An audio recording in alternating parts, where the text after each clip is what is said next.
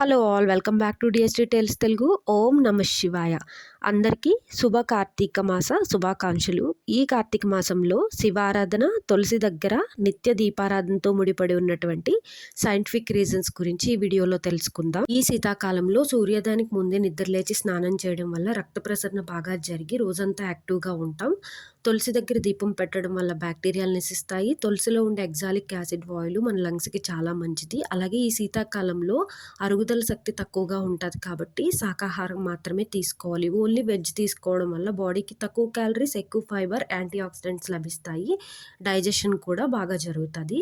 భక్తి, జపం, ఉపవాసం వల్ల హార్మోనల్ బ్యాలెన్స్ అనేది జరుగుతుంది. అంటే భక్తితో చేసే జపం, శివనామాలు చెప్పడం వల్ల మన బ్రెయిన్లో సిరోటిన్, డోపోమిన్ లాంటి సంతోష హార్మోన్లు విడుదలవుతాయి. ఉపవాసం వల్ల మెటబాలిజం అనేది బ్యాలెన్స్ అవుతుంది. ఈ కార్తీక మాసంలో మైండ్ని, బాడీని రీసెట్ చేసుకుంటాం కాబట్టి మతంతో సంబంధం లేకుండా వీలైనన్ని నియమాలు పాటించడానికి ట్రై చేయండి. అంటే ఎర్లీగా నిద్ర లేవడం, వెజ్జే తినడం, మీకు నచ్చిన దేవుడిని స్మరించడం. ఎందుకు 30 రోజులు మాత్రమే, ఇంకా చలి ఉంటుంది కదా ఫెబ్ వరకు కూడా అని ఎవరికైనా క్వశ్చన్స్ ఉంటే కనుక కింద కమెంట్ చేయండి, మాట్లాడుకుందాం.